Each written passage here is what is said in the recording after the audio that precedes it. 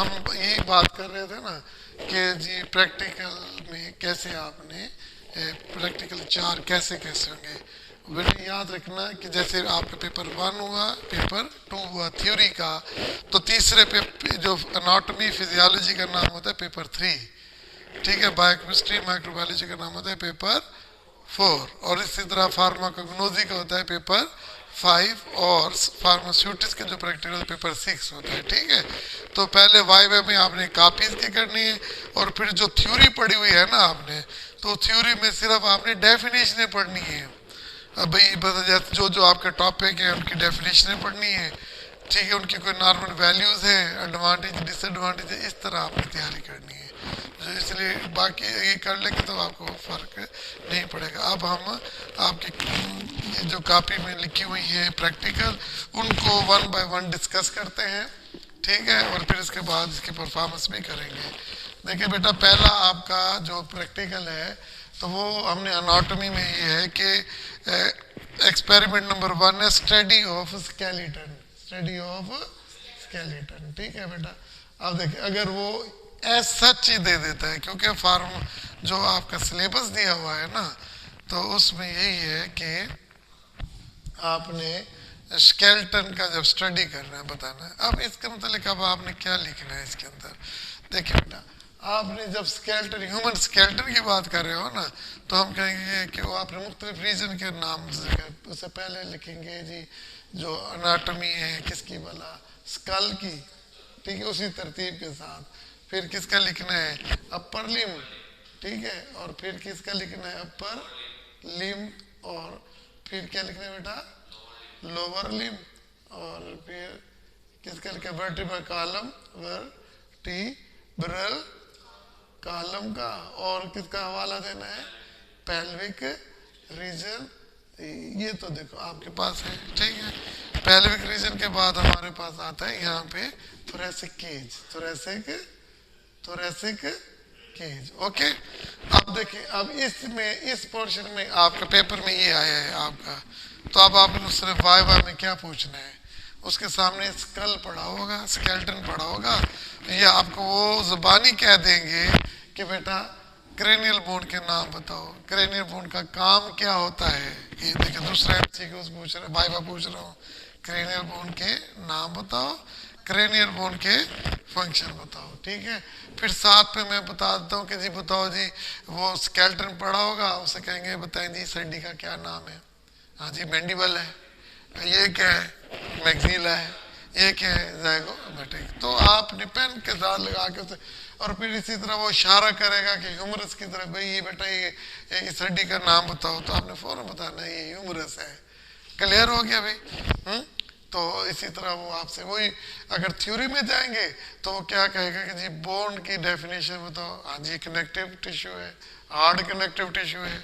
ठीक है, इसके सेलों के नाम बता दो, ओस्टियोसाइट, ओस्टियोब्लास्ट, ओस्टियोक्लास्ट है। इस तरह के हड्डियों के काम क्या होते हैं वो सारे लिखे हुए, फ्रेमवर्क देते हैं। ठीक है ना, प्रोटेक्शन देते हैं, कैल्शियम का रिजर्वायर होता है, ऐसे ही कहा था ना, मूवमेंट में हेल्प करते हैं, ग्रोथ में हेल्प करते हैं। तो ये इसमें ये इस तरह का वाइवा होता है। ठीक है जी, इसी तरह जब अपर लिम की बोन के नाम मैंने फिर बता दिया कि अपर लिम में सबसे बड़ी बोन का नाम बताओ, वो आपसे कहेगा कि एल्बो को डिफाइन करो, वो कहेगा शोल्डर जॉइंट किस हड्डियों के दरमियान होता है। तो इसमें तो अगर आपने पढ़ा हुआ है तो आप फौरन कहेंगे कि upper end of humerus and scapula के दरमियान शोल्डर जॉइंट होता है। नी जॉइंट क्या है, एंकल क्या है? और हाथ की हड्डियों के तादाद बताओ।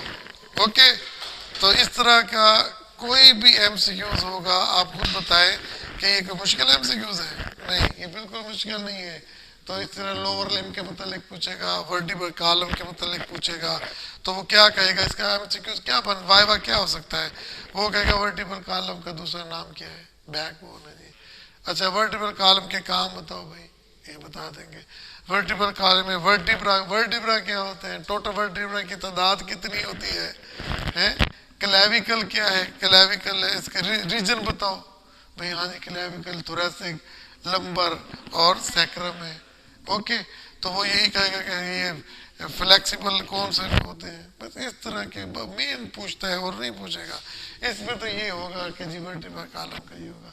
इसी तरह पेल्विक रीजन की बात करेंगे, क्या है पेल्विक रीजन का दूसरा कोएक्सल ओसा बोन है, ठीक है, क्लियर हो गया ना।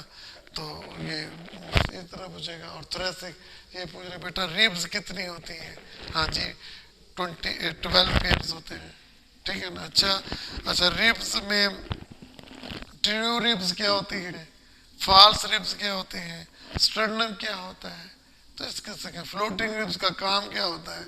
तो ये आपका जो अनोटमी का है आपका पूरा का पूरा 80% जो क्योंकि लिखा होता है एज सच। आप देखिए यहाँ पर जो आपने गलतियां करनी है ना कि ये आपने 15 मिनट है आपके पास, तो 15 मिनट में आपने ये सारी वीडियो के नाम लिखने। ये नहीं करना कि अगर आप तस्वीरें बना सकते हो ना, प्रैक्टिकल में जो सबसे बड़ी गलती बच्चे करते हैं रिटर्न में आपने ये सारी लिखनी है। तो अगर आपकी इतनी तेजी से प्रैक्टिस हो तो फौरन ऐसे अपर लिम बना दे, लोअर लिम बना दे, जो बना सकते हैं आसान हो, पेल्विक बना ली। ये स्कल को लेके बैठ गई तस्वीर पेंटिंग नहीं कर रही है तो फिर नंबर नहीं मिलेगा। टाइम वेस्ट नहीं करना, तो फटाफट करके पेंसिल पर करके। इसमें जो सबसे बड़ी गलती करेंगे बच्चे वो स्पेलिंग की करेंगे, आपको स्पेलिंग की गलती नहीं होनी। तो देखो इसका मैंने आपको वाइवा भी बता दिया और आपको ये एक्सपेरिमेंट नंबर 1 है, ठीक है जी। तो इस तरह आपने ये कर रहे हैं overview of upper limb, overview of lower limb, over limb, और ये सारा इस तरह। तो अब ये काफ़ी बड़ा होता है कि 15 मिनट में आप नहीं लिखेंगे, लेकिन बहुत अच्छे तरीके से याद करना है और प्रैक्टिस करना है, लेकिन आपको लिखना पड़ेगा 14 मिनट्स में, ओके।